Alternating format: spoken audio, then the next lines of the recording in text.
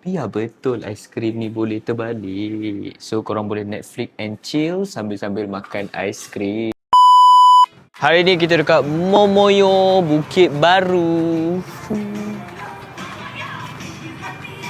Aiskrim viral yang boleh terbalik tu dah sampai dekat Melaka, guys. So korang boleh check out dekat Bukit Baru tau. Yang ini aku pergi hari ni tak ramai sangat orang lah. Tapi dekat sini macam-macam jenis dessert, aiskrim, air ada jual.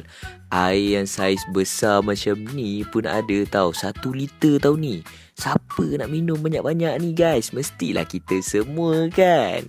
So ini dia cara dia buat aiskrim tu boleh terbalik. Sekejap aku review untuk korang. Aiskrim ni boleh terbalik. So ni nama dia aiskrim Yo Flip daripada Momoyo. So korang boleh Netflix and chill sambil-sambil makan aiskrim.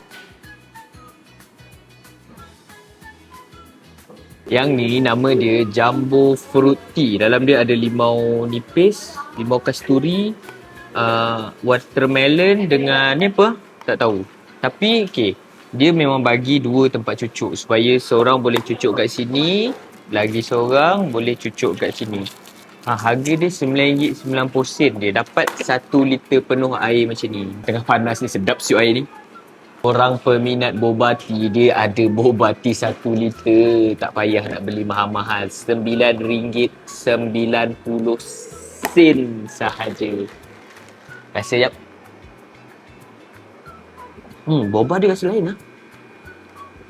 Dia tak macam ordinary boba yang kental-kental tu. Ni rasa dia sedap lagi daripada boba-boba yang lain. So kalau korang datang sini, dekat sini ada macam-macam jenis dessert air untuk korang pilih. Yang macam aku beli ni, Momoyo Yo Flip. Yang ni harga dia RM6.50. Yang ini Fruity 1 liter jumbo ni harga dia RM10. Yang ni pun sama, RM10 je. Jom Momoyo dekat Bukit Baru. Matcha lover, sini pun ada aiskrim matcha. RM2 je untuk kon ni. Jom.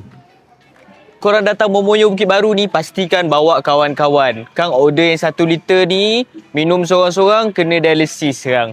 Baik bawa kawan-kawan sebab ini confirm 2 orang pun tak habis. Harga pun murah. Jom Momoyo dekat Bukit Baru.